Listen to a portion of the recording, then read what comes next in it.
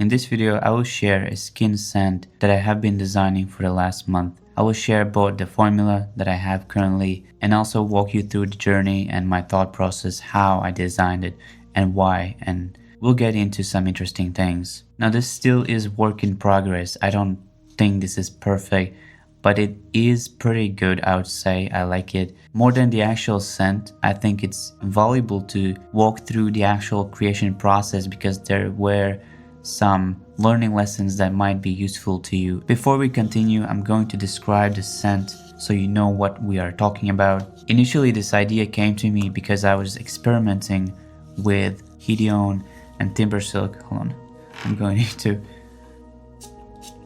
Don't want to spray my keyboard. I was experimenting with Isoi Super and Hedione and trying to learn about projection, and I created a mini formula which had just Timbersilk and Hedione, maybe some other material, but it felt really cozy and really skin-like, something that just feels very soft and very intimate. And I had this idea that I want to create a skin scent. I've heard this before, I didn't really know what it is. In my mind, a skin scent was simply a material that stays close to your skin or something that's not too loud and obvious. But upon some research, it turns out a skin scent is actually the kind of perfume that tries to mimic or enhance the natural scent of human skin. And it's true that it's not trying to be super loud. It's more of a toned down, more of an intimate perfume. And of course, there are different kinds, but this is what I found and this is what I think of skin scents. Now smelling this, it is a very interesting opening. It smells of cardamom and linalool because those are the main opening materials.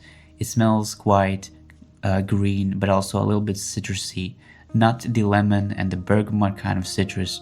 It's more of a raw and green and unprocessed kind of opening. And the thing that I really love about this formula is that the dry down is a beautiful cashmeran which combines with different woods and musks, and this scent is just, when you don't smell it like this, when you just let it be and you get a whiff of it at some random moment in time, it's like a surprise. I really like it. I do suggest you try this if you have the materials, but if you don't have them, I think it's still going to be useful to learn how it's structured and why. I'm pretty happy because at this point, I really like it. There was a point where it smelled too green and too much like cardamom, and I had to fix it, and I feel like I did. But before I continue, I did use Gemini deep research to learn about skin scents and what they are and what is the idea behind them. And you can find this research in the Google Drive folder if you're interested. I thought it's pretty interesting, and of course,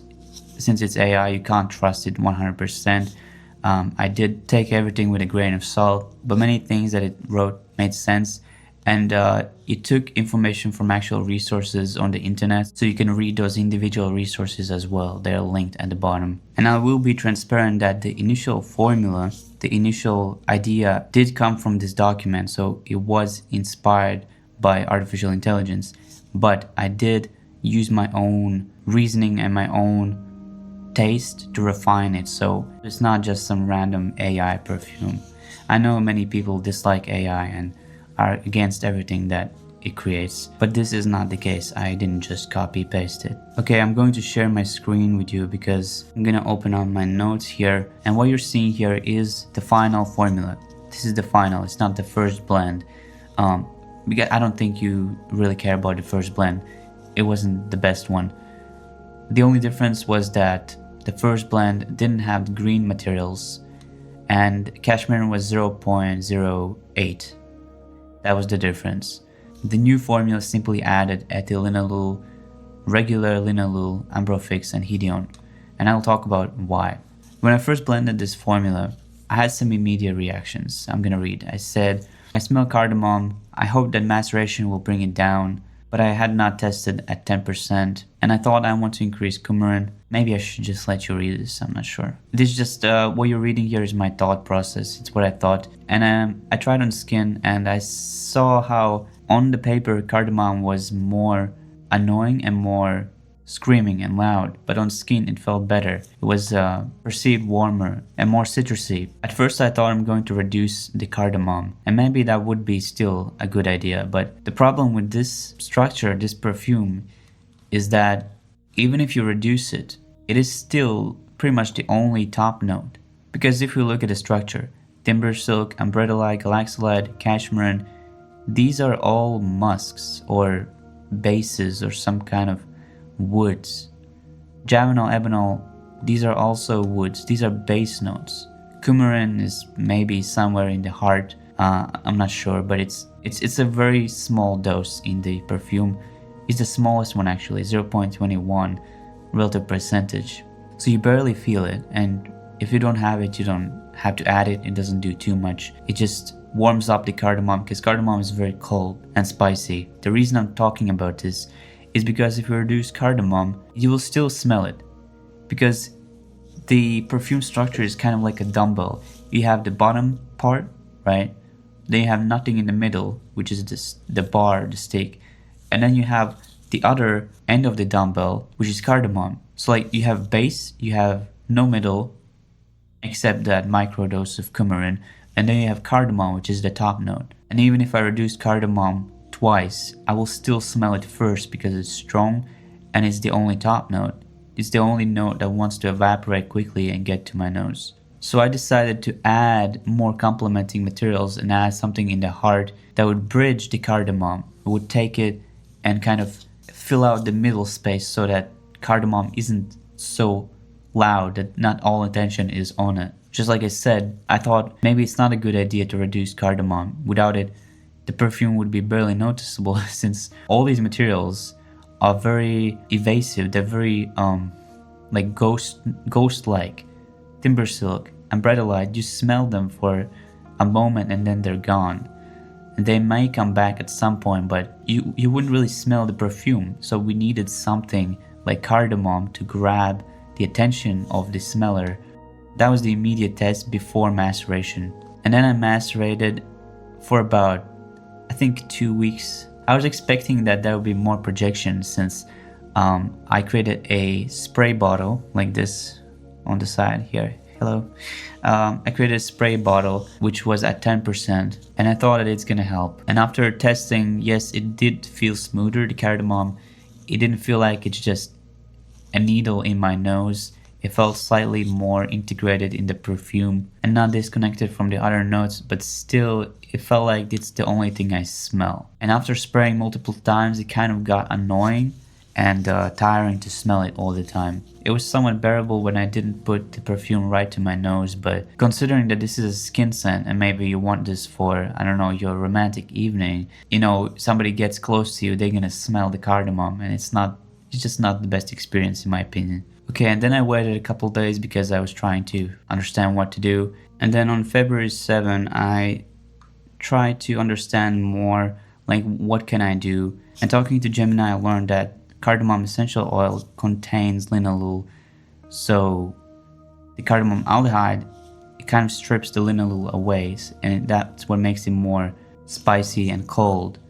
And the AI suggested that I add back that linalool to complement it, because I asked, like, what can I complement this super annoying material with so that it helps steal some of the focus from cardamom. And yeah, it suggested adding linalool. I did add both ethyl linalool and regular linalool, which was an accident. I thought adding just ethyl linalool, but I accidentally added also linalool because I had to mix dilutions and stuff. But it's not a mistake because those are different textures of the same thing essentially. So in a way it makes the top notes more interesting. But if you have just one, use that. You don't need both. Just make sure the volume is the same. It also suggested adding Ambrofix to increase the ghosting effect. If you're not familiar with this term, ghosting is when a note seems to appear and then disappear and then reappear again throughout the day.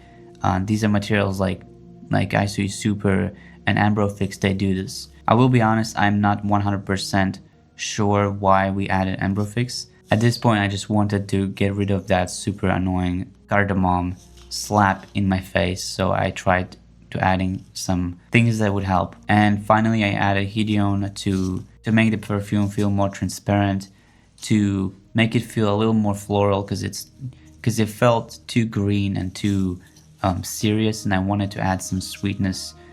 And Hedione was a perfect material because it's transparent, it doesn't smell much of anything, but it sweetens everything and it makes everything feel more light and transparent, and also help with projection. What I can learn from this experiment is that, first of all, if you have no heart, if you have just one top note, unless you have a very good smelling and pleasant top note, you might get distracted by it. It might feel too sharp. Like in this case, cardamom just felt like it's out of place. I also learned that maceration does kind of help. If I didn't mention, I also added ethanol to bring it down to around 20% concentrate. And if you decide to mix this yourself, I would suggest reducing cardamom to like 0.8 or 0.9, because I think it's maybe still a little bit too high, but you need it. Without it, it's not going to be as interesting.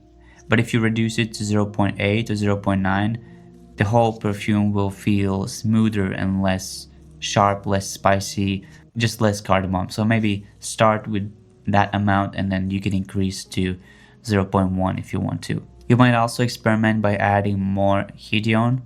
I added a modest amount, but you could go to like 2 grams, 3 grams, because the relative percentage can go up to 20%. It's not going to be too big of a deal. It's just going to be more diffusive and slightly more floral. But since it's a very transparent material, you're not going to smell much of it. If you don't have Timbersilk, you could use Isui Super or Sylvamber or any of the Isui Super cousins. If you don't have Ambrettolide, you could replace it with another musk. If you don't have Javanol or Ebanol, you could use, I guess, any sandalwood molecule. Like you can use Bagdanol, Sangenol. I'm not sure if polysandalol is a sandalwood molecule, but maybe you could use that. The reason I used Ebanol is because it's softer and less sharp than Javanol.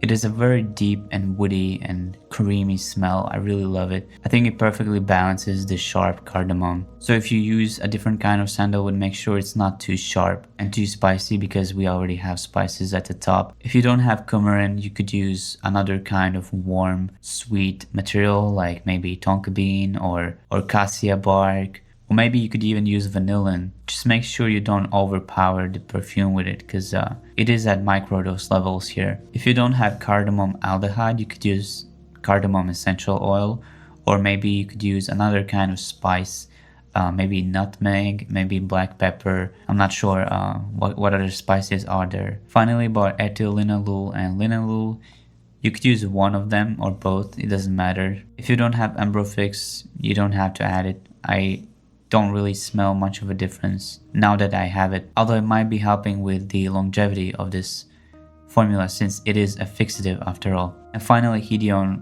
I think most people have it, and it's a really great addition. I really like that I added it because it adds a floral character to the otherwise green and very cold and spicy formula. So this was my first attempt to create a skin scent, to design it from scratch, and I will update you if I make any changes to this and find a better way to approach this formula. But so far, thank you for watching, and if you blend this, let me know what it smells like to you and if you have any suggestions to make it better. As usual, the formula is in description.